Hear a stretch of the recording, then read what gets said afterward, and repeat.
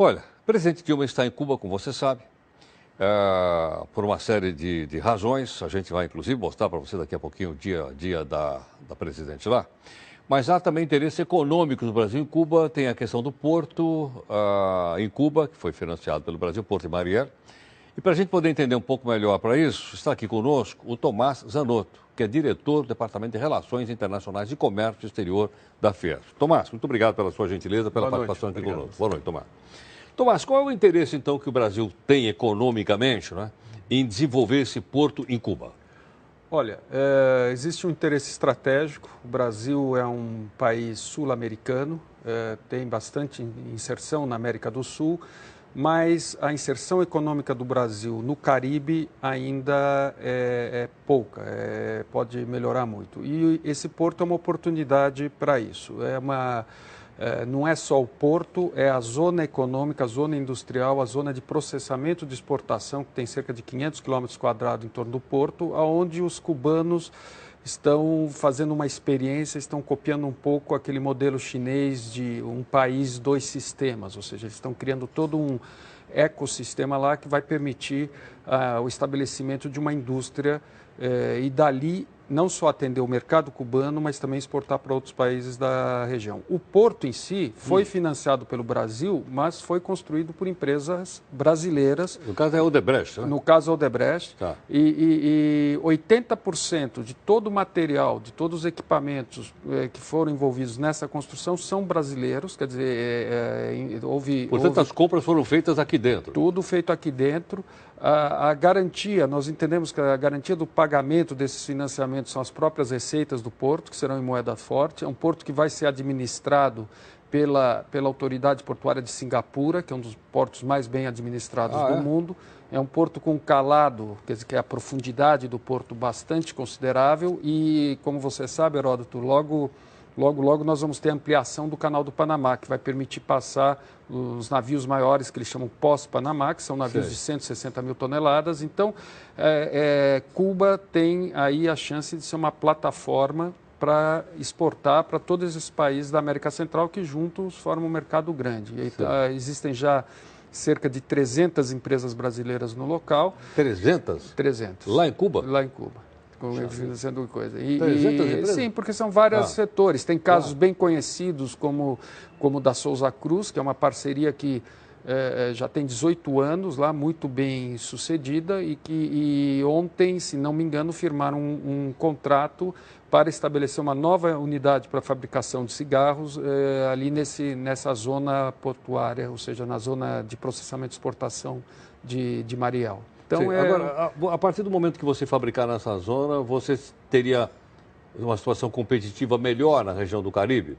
Sem dúvida, porque eles criaram, exatamente como fizeram na China, situações especiais. A lei trabalhista é particular, tem liberdade total, pode-se operar em moeda forte, tem liberdade total de remessa de dividendos, quer dizer, tem uma série de o que vale para o porto não vale para o resto do país, ou não? Exatamente, como na China. A China também que começou aquele processo dela de mudança de regime da época do Deng Xiaoping com esse sistema de zonas de processamento e exportação, com chineses chamam um país, dois sistemas. Tipo Hong Kong, etc. Hong Kong ainda estava tipo Shenzhen, Guangzhou, aquelas zonas que foi aonde se iniciou vamos dizer, a mudança, né, da China, essa nova dos últimos 30 anos. Entendo. Quer dizer que Cuba, então, pelo que você está dizendo, está partindo mais ou menos, está seguindo mais ou menos o modelo chinês? Nós esperamos que sim. Quer dizer, estrategicamente é interessante que eles, aos poucos, comecem a liberar a economia deles e, com isso, atingir o progresso que esse país pode atingir. Cuba é um país que tem 11 milhões de pessoas, eles são educados, eles já lidaram com os problemas de saúde, então é um país que hoje, com a liberalização da economia, pode crescer bastante. Agora, Tomás, ainda pensando estrategicamente, nós sabemos que os Estados Unidos hoje continuam impondo aquele embargo econômico em cima de Cuba, né? Caso esse embargo venha, sei lá, no novo presidente americano ser suspenso, o fato do Brasil estar atuando nesse porto também facilitaria a chegada de mercadorias brasileiras nos Estados Unidos? Não há dúvida, não há dúvida. Eu acho que o embargo que alguns chamam de bloqueio, no meu modo de entender erroneamente, porque é um embargo econômico, ele deve cair. É um problema mais... Era uma coisa da época da Guerra Fria, isso, né? A Guerra Fria já acabou. Já acabou e, na medida, essa nova geração de cubanos, ou de descendentes de cubanos, que já estão na segunda, terceira geração nos Estados Unidos, já não fazem mais essa resistência. Esse embargo vem principalmente da comunidade, a diáspora cubana na Flórida, principalmente nos Estados Unidos, que se opõe a qualquer medida do governo americano no sentido de pacificar Cuba, vamos dizer assim. Entendo. Quer dizer, então, a partir daí, a gente pode imaginar que Cuba está caminhando em direção a uma economia de mercado ou de um capitalismo de Estado, como tem na China? É isso que está indicando. Indicando e sobre todos esses aspectos, diferente do que tem sido dito aí, nós achamos que é um movimento interessante do governo brasileiro. Entendo. Agora, Tomás, todos esses investimentos que o Brasil fez aí no caso de Cuba, eles são garantidos? Olha... Porque aquela história do capital internacional, né? Nós aí somos um capital internacional no outro país, não é isso? Exato. Eu estava conversando há pouco, quando soube que vim aqui, com o embaixador nosso em Cuba, que é o Cesário Melantônio, e ele me deu alguns números, falou que o Brasil até agora já emprestou para Cuba 1 bilhão e 600 milhões de dólares. Entre o que foi emprestado e o que vai ser emprestado, porque existem também créditos alimentícios, ou seja, são créditos que são dados ao governo cubano para comprar alimentos no Brasil, sempre no Brasil. Para gastar aqui. Para gastar aqui. E isso não é uma novidade, isso iniciou-se no governo de Fernando Henrique Cardoso, quer dizer, já é uma coisa que vem há bastante tempo. E não se tem notícia de um atraso sequer de Cuba. E a informação que nós temos é que no caso do Porto, que é o grosso desses investimentos, desses 1 bilhão e 600, 1 bilhão vão ser no Porto, 800 já foram, e a presidente anunciou agora mais 200 aproximadamente, totalizando 1 bilhão, eles são garantidos pelas receitas do próprio Porto. Então é o que chamam de project finance, é clássico, quer dizer, você garante um projeto de infraestrutura com a receita do próprio empreendimento. Aí eu não vejo grande novidade, não há grande diferença se o porto está sendo feito em Cuba ou se estivesse sendo feito em Tampa, na Flórida. Quer dizer, a mesma coisa. Entendo. É que a gente vai mais pelo lado político, né? Você é a primeira pessoa que eu estou vendo dando explicações para a gente mais profundas do lado econômico dessa aproximação do Brasil com Cuba. Porque fica parecendo mais que é mais uma questão política, porque a esquerda daqui se reúne com a esquerda de lá, quando existem todas essas outras questões que a gente precisa também saber, né? Essa questão, como eu disse, isso já se iniciou com o Fernando Henrique, né? Não é algo assim que foi inventado agora. E eu me lembro, Heródoto, quando...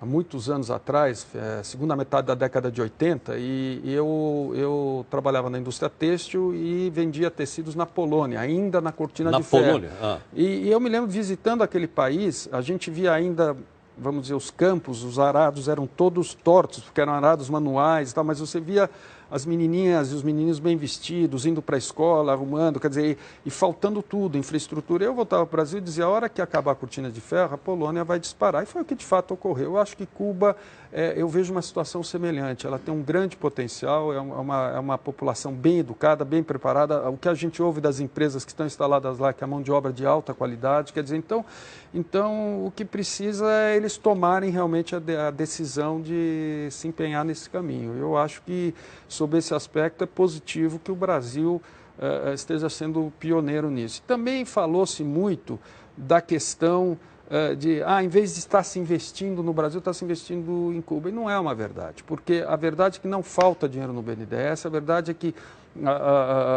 as secretarias estaduais, municipais, federais não conseguem aplicar todos os recursos que tem. O governo do Estado de São Paulo está com 40 bilhões de reais em caixa, que não consegue transformar os projetos.